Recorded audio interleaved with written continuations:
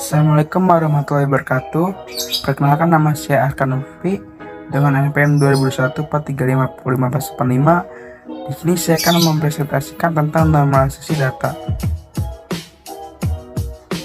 Normalisasi merupakan sebuah teknik dalam logika desain sebuah basis data yang mengelompokkan atribut dari suatu relasi sehingga membentuk suatu relasi yang baik tanpa redundansi. Tujuan dan manfaat normalisasi. Tujuan yang pertama adalah untuk mengoptimalisasi struktur tabel, untuk mempermudah pemodifikasian data, menghilangkan pemasukan data yang sama, mengurangi redundansi, mengurangi kompleksitas, menghindari anomali, insertion anomalis, selection anomalis, update anomalis. Dan manfaatnya adalah yang pertama, integritas data yang ditingkatkan, meningkatkan kualitas keputusan bisnis, dan lebih efisien dalam penggunaan media penyimpanan. Proses normalisasi. Yang pertama, data diuraikan dalam bentuk tabel. Selanjutnya dianalisis berdasarkan persyaratan tertentu ke beberapa tingkat. Yang kedua, apabila tabel yang diuji belum memenuhi persyaratan tertentu, maka tabel tersebut perlu dipecah menjadi beberapa tabel yang lebih sederhana sampai memenuhi bentuk yang optimal. Tahapan normalisasi. Tahap normalisasi dimulai dari tahap paling ringan 1NF hingga paling ketat 5NF. Biasanya hanya sampai pada tingkat 3NF atau BCNF karena sudah cukup memadai untuk menghasilkan tabel-tabel yang berkualitas baik. Urutannya 1NF, 2NF, 3NF, 4NF, dan 5NF. Sebuah tabel dikatakan baik atau normal jika memenuhi 3 kriteria sebagai berikut. 1. Jika ada dekomposisi tabel, maka dekomposisinya harus dijamin aman. Artinya, setelah tabel tersebut diuraikan atau didekomposisi menjadi tabel-tabel baru tersebut bisa menghasilkan tabel semula dengan sama persis. 2. Terpeliharanya ketergantungan fungsional pada saat perubahan data. 3. Tidak melanggar Boy's Code Normal Form. Jika kriteria ketiga BCNF tidak dapat terpenuhi, maka paling tidak tabel tersebut tidak melanggar bentuk normal pada tahap ketiga. Tabel universal. Tabel universal atau star table adalah sebuah tabel yang merangkum semua kelompok data yang saling berhubungan, namun bukan merupakan tabel yang baik. Misalnya, pada contoh ini merupakan tabel universal yang tidak baik. Bentuk-bentuk normal. Yang pertama ada bentuk normal tahap pertama, kedua bentuk normal tahap kedua, 3 bentuk normal tahap ketiga, 4 Boy's Code Normal Form, 5 bentuk normal tahap keempat, 6 bentuk normal tahap kelima. Bentuk normal tahap pertama. Bentuk normal 1NF terpenuhi jika sebuah tabel tidak memiliki atribut bernilai banyak. Atribut komposit atau kombinasinya dalam domain data yang sama. Yang kedua, setiap atribut dalam tabel tersebut harus bernilai atomik atau tidak dapat dibagi-bagi lagi.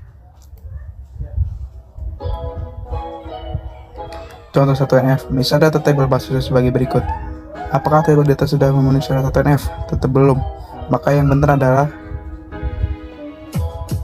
ini adalah tabel yang benar, karena kriteria untuk memenuhi syarat 1NF adalah tidak ada multivalue pada sebuah kolom. Pada tabel mahasiswa sebelumnya, kalau hobi memiliki multivalue karena mempunyai lebih dari satu hobi, sehingga melanggar syarat dari 1NF. Bentuk normal tahap kedua. Bentuk normal 2NF terpenuhi dalam sebuah tabel jika telah memenuhi bentuk 1NF dan semua atribut selain primary key secara utuh memiliki fungsional dependensi pada primary key. Yang kedua, sebuah tabel tidak memenuhi 2NF jika ada atribut yang ketergantungannya fungsional dependensi hanya bersifat parsial saja atau hanya tergantung pada sebagian dari primary key. Yang ketiga, jika terdapat atribut yang tidak memiliki ketergantungan terhadap primary key, maka atribut tersebut harus dipindah atau dihilangkan. Contoh 1 dari tabel 2NF. Misal data tokoh sebagai berikut. Apakah tabel data sudah memenuhi syarat 2NF? Tentu tidak, maka yang benar adalah fungsional dependensi adalah setiap atribut yang bukan kunci non-key bergantung secara fungsional terhadap primary key. Intinya adalah pada tahap normalisasi 2NF ini tabel tersebut harus dipecah berdasarkan primary key. sehingga bentuk normalisasi 2NF dari tabel tersebut adalah sebagai berikut. Yang pertama adalah tabel barang, yang kedua adalah tabel jenis barang. Bentuk normal tahap ketiga. Bentuk normal 3NF terpenuhi jika telah memenuhi bentuk 2NF dan jika tidak ada atribut non-primary key yang memiliki ketergantungan terhadap atribut non-primary key yang lainnya. Untuk setiap fungsional dependensi dengan rotasi X sama A, maka X harus menjadi super key pada tabel tersebut. A merupakan bagian dari primary key pada tabel tersebut. Contoh 1 dari 3NF. Pada 3NF tidak diperkenankan adanya partial transitive dependency dalam sebuah tabel. Pada normalisasi ini, data yang tidak tergantung pada primary key seperti key barang, tanggal input barang, disk barang harus dipisahkan dari tabel jenis barang.